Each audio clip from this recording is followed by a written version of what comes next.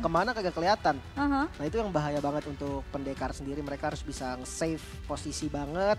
Kalau bisa jangan muncul deh sebelum Hellcatnya muncul. Dan Chow.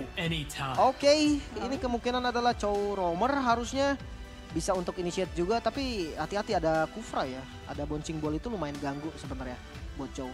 Tapi ini dia 10 hero sudah muncul. 3 frontline berarti dari pendekar.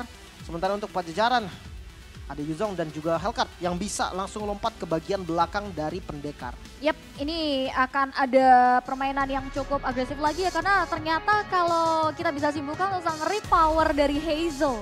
Sebagai jungler yang baru masuk dari Pajajaran ini kemungkinan power of assassin ya. Karena tadi kita lihat first pick yang arah karya dari sisi Fanny. Dia lagi mainin karya assassin power dengan area Hellcat. We'll see apakah dengan komposisi seperti ini sebetulnya tim Pajajaran bisa menyamakan kedudukan atau ternyata 2-0 untuk tim pendekar e-sport. Ya dengan komposisi hero yang pas banget bagi keduanya. Yang satu banyak efek sisi, yang satunya lagi juga bisa ngambil belakang. Kalau emang fight awal, pattern di awal mungkin Hellcat sedikit lebih cepat. Tapi let's see game kedua. Match point juga sebenarnya untuk pendekar. Pajajaran harus bisa membalikan keadaan atau pendekar yang bisa menang 2-0. Yes, let's go. Langsung melihat itu dia visualisasi dari 10 hero di game kita yang kedua. Terpantau cukup kondusif juga. Ini masih dengan pola yang sama. Lihat sudah ada satu buat Tyron Living. Karya Crispobia. Dan nampaknya masih belum mau diteruskan. Tapi Bang Lucu cuman mantau aja sebentar ke area dari pola jungler Ichino. Agresif play ditunjukkan oleh Pajajaran.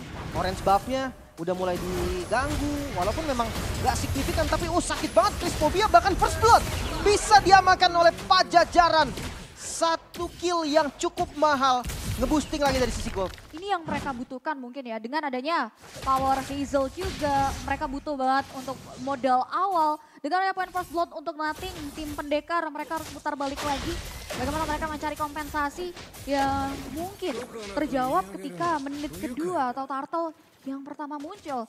Tapi lihat di area top lane ini menariknya sudah ada pantauan sedikit lah dari kedua belah roamer yang nampaknya Tyron Revenge mengejutkan Crispobia untuk mundur ke area belakang. Buset, di bawah juga galak banget pertarungan XP lane-nya Edit lawan Yuzong dan hampir saja Flicker Trimar lagi-lagi bisa dibait sebelum Turtle. One last hit, dia menolak untuk pulang. Gak mau kehilangan wave minion. Dengan adanya Ichino, dia masih sempat untuk memberikan satu buah serangan kejutan. Tapi lihat Res, 1v1 situation. Maestro Fortune dijuk. Dan Res masih bisa bertahan. Lihat sudah ada satu buah onward. Airborne effect dan 1 poin eliminasi. Berhasil di-secure. Itulah Fredrin dan juga Edit. Kagak abis-abis knock up-nya lah. Belum lagi ada efek Town juga dari Fredrin. Cuman masih ada retribution untuk Ichino, jadi kontes terhadap Turtle juga sangat mungkin untuk dilakukan oleh pendekar. Di sisi lain Pajajaran lebih sibuk untuk ngambil buff-nya terlebih dahulu. Mungkin ditahan sedikit lah biar levelnya nanti lebih unggul, lebih enak lagi untuk kontes sambil nungguin Yuzong. Ya, itu dia. Buset tadi Trimaski harus banget recall-nya di situ ya. Dia bakal coba untuk regenerasi dulu nih untuk HP-nya. Sebelum nantinya memandu atau memberikan kontribusi di area Turtle fight. Karena Turtle yang sempat dipoking oleh Pajajaran. Sempat terreset juga yang membuat akhirnya kini dipegang oleh teman-teman dari pendekar. Belum ada reset lagi dari Ichino. Nampaknya udah ada satu, dua Mystic Ghost. Dan retribution jangan point coming from Hazel. Membuat Turtle yang sudah di set up harus dicuri. Wow, Pajajaran berbeda dengan game sebelumnya. Sekarang tampil lebih tenang, mereka nggak buru-buru dan sangat-sangat on point pastinya. Turtle yang mahal bisa di-secure Turtle pertama. Keuntungan XP-nya sama ya sebenarnya dengan kedua dan ketiga, tapi ini bisa menjadi poin plus untuk Pajajaran. Yap, lihat di area bawah. Ini masih menjadi pertikaian yang cukup sengit sebetulnya antara Trimaski dan juga Res. Cuman kerap kali kita lihat di sini Trimaski agak sedikit kewalahan ketika menyikapi damage serangan yang diberikan oleh Res. Sedangkan Black Hole telah dibuka, ada satu buah Price Reward yang ternyata di-outplay dengan tewasnya Crispobia. Wow, galak banget Pajajaran. Mereka tahu power mereka di early game kuat, mereka punya burst damage, mereka punya efek CC juga. Dan di arah bottom lane, buset, sampai buka ultimate loh dua-duanya. Primal Red lawan Black Dragon Form. Ya, tapi namanya Black Dragon Form tidak landas tepat di tubuh dari Trimaski. Gak mengambil resiko lebih tinggi lagi dari kedua belah XP, tapi Kalau kita lihat posisi dari Trimarski, bakal coba untuk melakukan cutting tapi flicker. Dua Brigand ditendang ke arah yang berlawanan menjadi satu buah informasi yang mahal ini. Sama-sama buang flicker sih sebenarnya. Tapi dari emblem ya ada fatal ternyata nih dari kedua marksman ya Clean dan juga Iritel. Dua-duanya sama-sama punya critical nanti, ya Clean juga dari double shotnya terhitung critical. Tenacity Quantum Charge ya dengan sustain yang dibutuhkan untuk landingnya. Sementara untuk mid perbedaannya ada di Weapon Master nih, ternyata dipakai oleh Floki. Bisa nge-boosting lagi nanti dari segi magic powernya. Sementara kalau Valentina dari Paang lebih ke arah Bargain Hunter ya untuk mempercepat build item yang dibutuhkan. Yep, ada 5% diskon yang diberikan ya. Tapi dari arah sisi bawah ini masih terus aja terjadi Infinity War penjagaan. Cuman jarang banget kita lihat adanya perjalanan yang cukup jauh yang dilakukan oleh kedua belah EXP untuk berkontribusi dari tim fight yang kerap kali terjadi di jungle milik seorang Ikino. Dan Turtle ini berada di arah yang berlawanan dari EXP lane mereka. Terpantau Crisphobia sudah mulai menerima satu bouncing ball yang dibuka.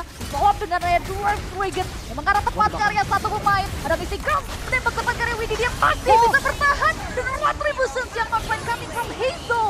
Membuat Turtle kedua berhasil di-secure. Masih mau lebih kah? Tapi ternyata 3 pemain pendekar bakal coba untuk memberikan respon. Tahun event mengarah karya Res terjebak dalam satu buah ruang lingkup yang cukup sempit. Terlihat airborne effect nyaris merupakan dan langsung diklaim oleh Crisphobia. Wow, Pang lucu lagi-lagi momentum yang sangat tepat. Agresif gameplay, Pajajaran sangat-sangat agresif di game kali ini yang kedua dan Floki bakal jadi target. Wow, no escape tools di mana Floki tumbang dan disusul dengan adanya turret mid lane di menit kelima loh. Waduh, ini goldnya juga udah 3.400 perbedaannya, bahkan dari orange buff-nya udah mulai ditabrak lagi. Ya, Hazel masih bisa memberikan satu buah jukingan yang cukup baik untuk menghindarkan satu buah Prime Force. Dan finally, satu hero restnya tumbang di tangan Trimarski. Meanwhile, in another side, ada satu buah skill miss yang ternyata dihindari oleh keduanya. Objektif tanpa henti, kali ini Pajajaran mau masuk lagi ke arah bottom lane dan konsil yang dibuka. The Siren Revenge dengan karya Ikino yang sudah mulai terkikis. Sunfall hanya memberikan gertakan belakang untuk mundur ke area belakang. Trimarki onwardnya karena karya Wididi. Sudah ada satu World Breaking yang dikolaborasi oleh Crisphobia tapi terlalu sustain. Membuat Wididi belum bisa tewas. Damage-nya nggak cukup. Pendekar banyak sekali swords yang terbuang tadi. Dark Nightfall mau ngincar ke siapa? Clean. Oh, botnya. Ini recently hot instant kill dari Hazel mengarah ke Popski harus tumbang sekali pertama. Diponis lagi dengan Ria Trimarski yang menjadi bulan-bulanan dari 3 warga penjajaran. 7 berbanding 3 kill yang mulai terlihat dari segi gapnya. Bahkan inner turret di bagian bottom lane juga lagi diusahakan oleh Pajajaran. Inner turret di bagian bawah hilang, Purple Buff zonanya mulai terancam dan lagi-lagi Turtle ada di bagian bottom lane. Dan keuntungan untuk Pajajaran setup kali ini. Wah, entah apa yang terjadi ya. Power mereka benar-benar terlihat banget kali ini. Dan ini kemungkinan akan menjadi satu buah perfect Turtle. Karena memang mereka memandang dari gap goldnya juga yang udah terpaut jauh. That's why mereka nggak mau ngambil resiko. Ya mungkin ini, gue masih belum paham juga sih. Draftnya susah banget ini untuk pendekar main. Kufra ini secara nggak langsung dia bisa nahan pergerakan dari 4 member. Belum lagi ada Yuzong yang last pick tadi bisa langsung ngambil backline. Clean dan juga Sword, bukan tipe hero yang gampang escape. Itu dia, tapi lihat sudah ada satu buah serangan yang diberikan onward. Karena satu member nanti. Jadi dia terlalu dalam, Medley berhasil dihancurkan kali ketiga. Tapi dibalaskan dengan adanya Trimarski yang harus tumbang. Pertukarannya berarti di 1 tukar 1. Ya, Romer ditukar dengan XP lane. Lagi-lagi kerugian untuk pendekar. Tapi untuk goldnya, 5.000 gold ya ini angka yang sebenarnya kalau dibilang masih bisa dikejar ya bisa. Cuman memang agak berat aja nih. Karena dominasinya sekarang oleh Pajajaran nggak berhenti sama sekali. Mereka bisa pegang split push, mereka bisa pegang team fight. Mungkin nanti defense dari objektif pendekar ini bisa lebih aktif ya. Dia punya Gord. Range-nya lumayan jauh dan Clean juga salah satu marksman yang range-nya cukup jauh dengan pasifnya double shot. Itu penting banget dan PR dari Pajajaran. Mereka harus cari cara untuk bisa bikin Floki dan juga Botuski ini under banget dari segi gold. Itu dia, 0-1 ya dari Botuski-nya. Tapi kita mau ingetin lagi nih untuk Starlight bulan Agustus itu ada Yin Eternal Guardian yang bisa kalian dapetin seharga 300 diamond. Dan dapetin hadiah senilai 6.000 diamond. Luar biasa, cashback-nya besar banget guys. Jadi cek sekarang juga, kita bakal lihat lagi nih pressure yang bakal dibawa oleh Pajajaran ya. Dimana mereka bakal fokus karya satu inner top turret yang dimiliki oleh teman-teman pendekar. Holy Crystal bahkan sudah diamankan oleh Panglucu. Dari agresivitas yang dibawa oleh Panglucu di sini, dia belum terpick off sama sekali. Damage yang di-deliver juga pas mulu loh. Dia dapat mulu dan turret. Udah ada satu bal mistik yang bakal dibuka begitu saja. Mengarah karya Natex yang harus tumbang untuk kali pertama. Dan nampaknya gak mau di-follow up lagi oleh Pajajaran karena beriringan dengan Lord yang sudah hadir. Waduh, ini menang jumlah nih, enak banget. Pas banget lagi kan momennya ada Lord juga. Mungkin bisa menjadi awal titik dari pendekar. Wididih bakal jadi target nampaknya. Yap, udah mulai ditendang. Sekarang 1-2 Broikan.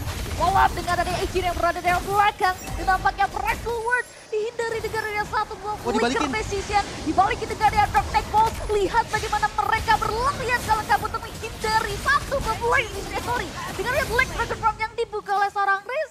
Membuat Ichino harus tewas. Ichino-nya udah nggak bisa diselamatin lagi dan sekarang Lord yang mulai terbuka. Pajajaran mereka set up Lord ini secara free. Lagi-lagi pendekar. Miss momen yang mereka lakukan barusan bisa di take over lagi oleh Pajajaran. Wah, gak ada kesempatan. Masih mau lebih lagi. Lihat Iron Rage. Menginsul Crispobia yang langsung tewas seketika di tangan pemain-pemain Pajajaran. Wah, ini harus reset dulu pendekar. Mereka harus tenang dulu. Pergerakan mereka udah mulai nggak sama gitu, nggak selaras dari gerakannya. Crispobia yang langsung ngebuka di momennya teman-temannya juga nggak siap. Sementara sekarang udah mulai berkumpul dari Pajajaran di arah mid lane. Mereka fokus untuk ngambil inner turretnya dulu dan mungkin base turret bisa dicicil atau didapatkan bahkan. Ya, ini kemungkinan besar ya, walaupun ini bukan Lord yang ter-enhance. Tapi dengan adanya kalkulasi yang baik, power dari Dark Nightfalls dan juga kolaborasi dari adanya satu buah Black Dragon Form. Itu yang membuat bisa saja pertahanan dari pendekar ini ditembus oleh tim Pajajaran. Mereka berada di posisi yang cukup krusial. Terlebih lagi di sini tidak ada hero yang sebenarnya bisa clearing dengan sangat cepat juga gak sih? Nganterin Floki paling. Nah kan, mau nggak mau mistigasi dipakai buat Lord. Itu dia, terlalu dini. Jadi informasi yang penting, udah ada satu buat Dragon mengarah ke area Ram. Tapi Trimarchius menjadi korbannya, jadi tumbang proyek. Double kill berhasil diamankan oleh Pajajaran mengarah ke area Ichino. 3 pepper tumbang seketika dan Patient Rifle. Akankah di Lord yang pertama jadi jawaban untuk teman-teman dari Pajajaran melakukan eksekusi One Strike Boost karena 2 member tersisa disibukkan untuk melakukan clearing terhadap push mini yang dia miliki. Terpaksa habis base yang dimiliki oleh teman-teman dari pendekar. Mereka bakal coba untuk paksa M. Unstoppable berhasil diamankan dan game yang kedua diamankan oleh Pajajaran. Satu sama Pajajaran bisa menyamakan kedudukan kali ini dengan gameplay yang sangat-sangat agresif. Hellcard bersama dengan Yuzong. Power yang bisa main front to back cukup baik kali ini menjadi pressure yang sangat mengerikan ke arah Boteski dan juga Floki. Game 3 Israel, pendekar dan Pajajaran harus reset terlebih dahulu di game yang ketiga nanti. Mau tidak mau, mereka dipaksa untuk menggunakan seluruh fasilitas yang diberikan di MDL season ke-8 kali ini. Dan dengan adanya jungler